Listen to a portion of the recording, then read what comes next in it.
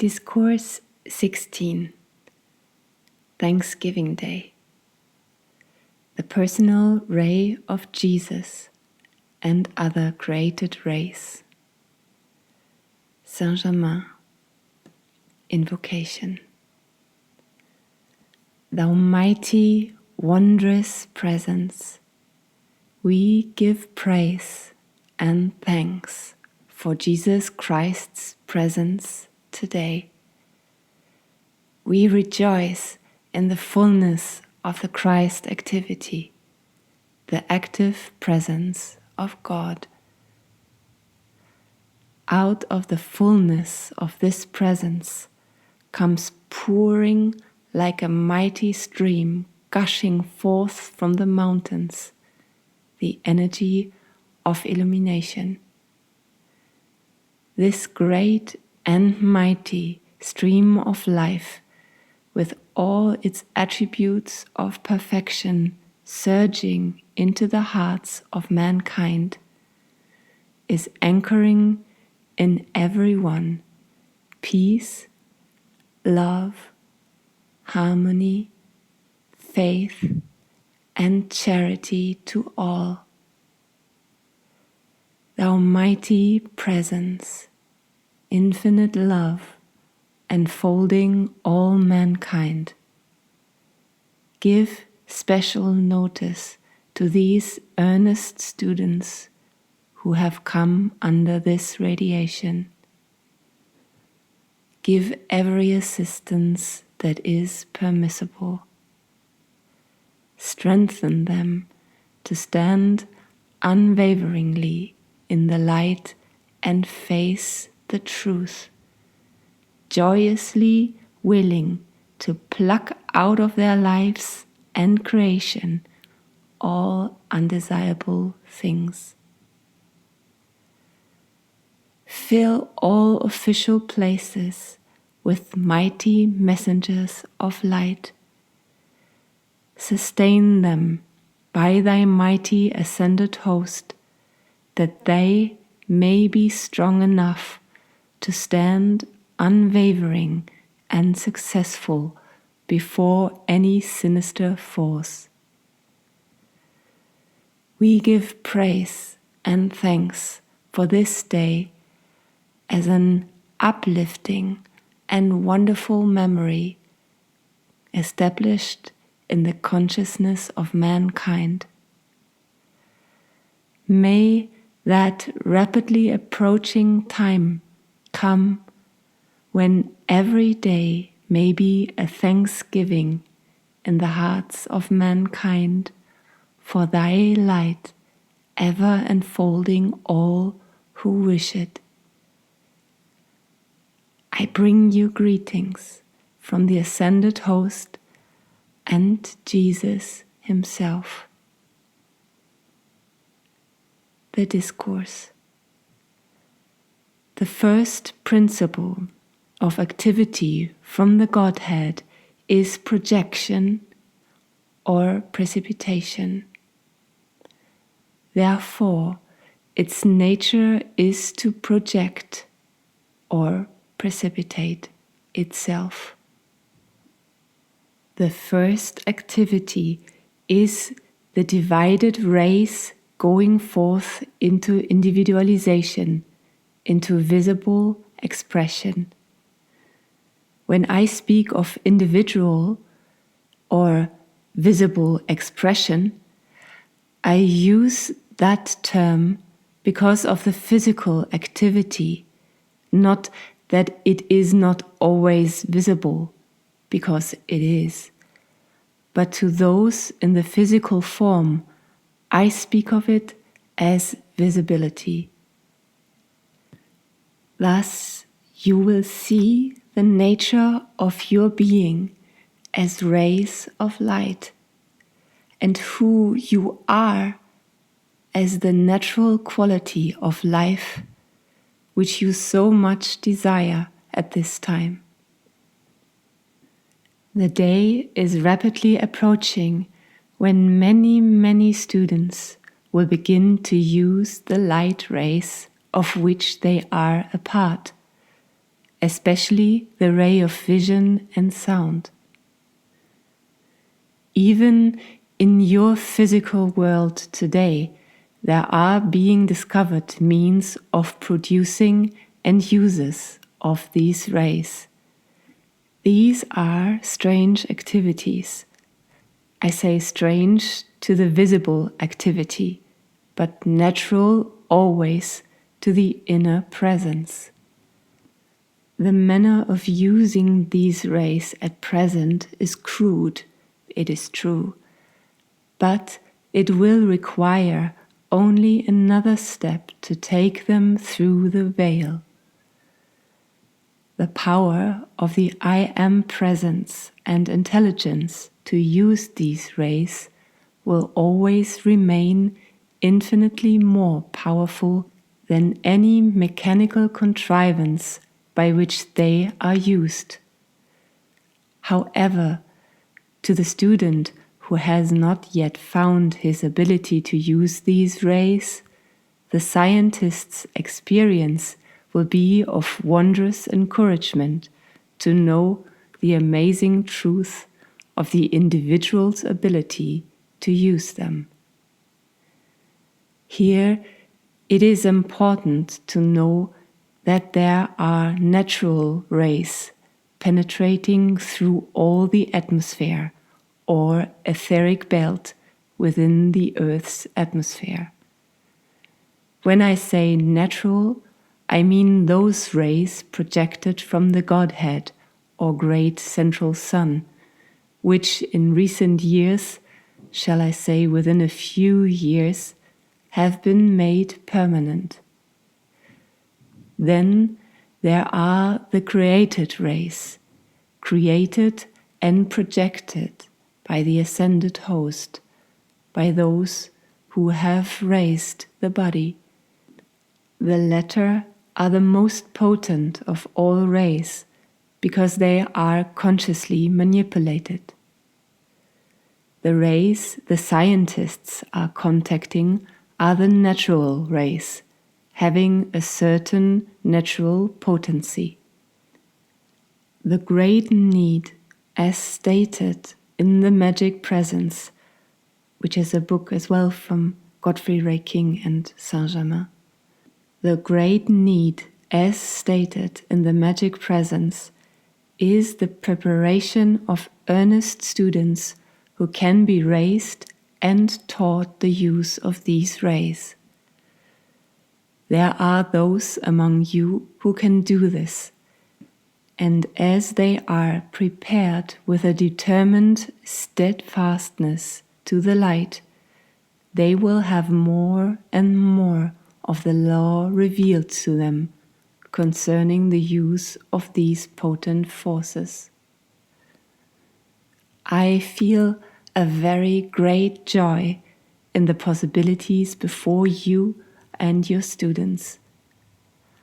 I trust they can find within themselves the strength and steadfast determination to hold fast to the outer and inner work that is being done for them, with a joyous feeling of sureness of the limitless powers which true freedom brings.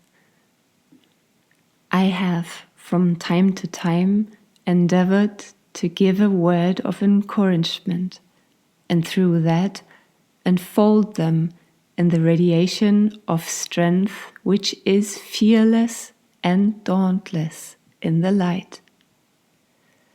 The loving, joyous stillness in the attitude of the students is wonderfully encouraging, for the expectant attitude is the right attitude to be maintained.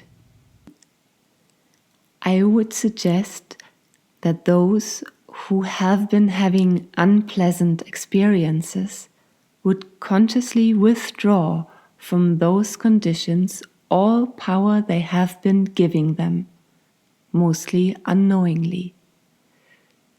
When it is necessary to discuss some condition to understand it, immediately follow by withdrawing any power that has been given it, and then know, I am the harmonious presence, ever pervading whatever the condition may be.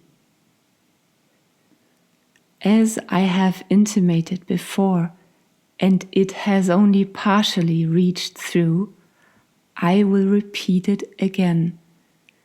Anyone, especially the student, who has experienced inharmony or limitation in his mind, home, or world, can, with persistent, tensionless effort, by holding with determination to the following statement, keep his home clear of anything undesirable. I am the governing presence, governing in perfect divine order, commanding harmony, happiness, and the presence of God's opulence in my mind, my home, and my world. When I say, I am the governing presence, I am fully, consciously aware that I have set in motion the full power and intelligence of God, producing the desired conditions, and that they are thus self-sustained. It seems to me that it has not been clearly understood that when you use the expression, I am the presence in my mind, home, and world, you are not only commanding the conquering presence of this activity through your own consciousness, but you are calling forth the assistance of the I am, or God presence, into your home and world, of whomever contacts it. This is so vital for the student to understand. Do not be discouraged if you do not see immediate manifestation of this harmony which you desire, but go right on feeling the conquering I am presence. Do you not see that in this consciousness there is no other presence to act except what you are conscious of? All other activity of the outer, which is undesirable, is but a distorted activity and use of this mighty energy. Therefore, when you say, I am the conquering presence, I command this I am presence to govern perfectly my mind, home, affairs, and world. You have sent forth the greatest decree possible to be given, and you have but to feel the sustaining power of this in the face of every appearance until you find perfection manifest in your mind, home, and world. I wish the students would read this particular part every day to keep before them the mighty truth underlying these statements. Now we come to a vital point, and that is the personal ray or rays sent forth by Jesus direct. Many will ask, why especially Jesus? I answer, because humanity has been taught to look to the presence of Jesus the Christ, few having any knowledge at all of the ascended host of the great masters of the great white brotherhood, who wield limitless power to assist mankind. You and your students will have, for the next 7 weeks, the personal ray of Jesus the Christ. Those who can put aside any thought of other personalities and with open arms, mentally speaking, welcome these rays into each one's mind, home and world, will find almost anything possible. I assure all of you that the idea of these personal rays of Jesus the Christ is no imaginary thing. And you, our beloved messenger, have the personal thanks of Jesus the Christ for your fearless stand and use of the ascended Jesus Christ presence. I understand the beloved messenger being Godfré Ray King. As the messenger gives forth riches of wisdom and truth, so should students, in their loving sincerity to the teacher, through the I Am presence, work for the health and prosperity of the messengers. These would open doors to the student not otherwise possible. There are indications at this time that during the next 7 weeks, revelations may be given to some of a certain use of liquid light. I wish the students' attention to be fixed on this, so that those who are ready may receive. Here, let me say that the right attitude of the student is always to rejoice at the advancement of his or her brother or sister, for each individual receives that which is most needed at the time. And if one receives one thing, another may receive something else. So the student should at no time feel that he should have the same thing that someone else receives. I mean in regard to revelation. As no two are alike or of the same state of advancement, you can see how they could not each receive the same thing at the same time. The most wonderful attitude of the student is to continually bless and rejoice at any revelation that comes to his fellow students, thus keeping the door wide open to that glorious inner presence at all times.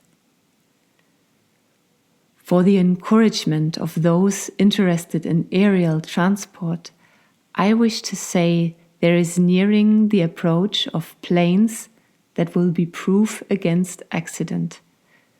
These will make transportation quick, sure, and easy anywhere one wishes to go.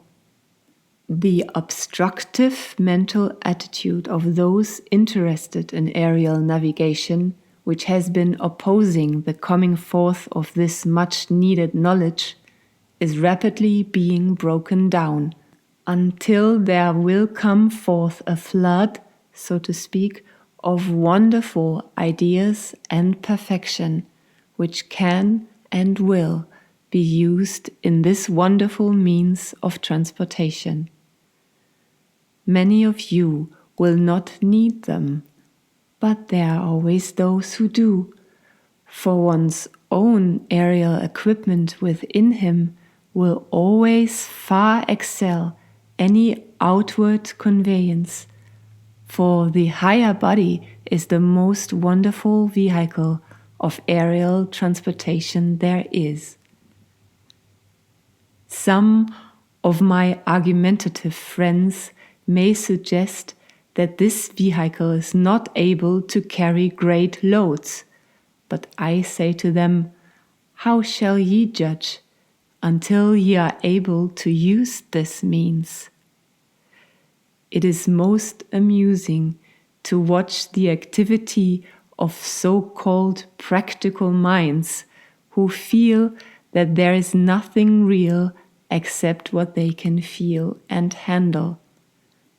But unless one believes in the limitless powers and laws of intelligence of God individualized, he can in no wise receive to any great extent from this mighty inner presence. The practical mind that forever doubts a thing it cannot see has a long way to go unless, as you lop off the undesirable limb of a tree, this limb of doubt be cut off. You know it is a good idea, after it has been cut off, for you to consume it in the consuming flame, that it does not come back again. It seems so difficult for the student to realize what a tremendous power the consciousness of this consuming presence is. To some, it is difficult to get away from the thought that it is imaginary. But could you see from the inner standpoint, you would see that it has a mighty presence and power and is very real. I wish you for about 2 minutes to feel this dazzling ray of light penetrating every atom of your being.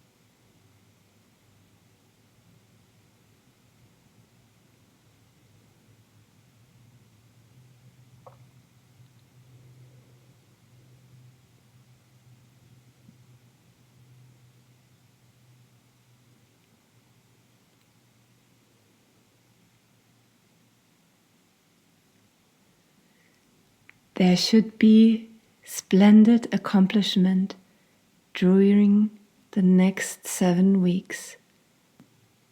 The reaching out of humanity as Christmas time draws near, with the already added impetus of the Christ force, enables accomplishments to take place at this time which have not before been possible. There are certain activities which must be contacted by the inner presence before the outer attention can be drawn to them. This is hard for the student to understand. The student must first reach out, and he can only reach out through his inner presence.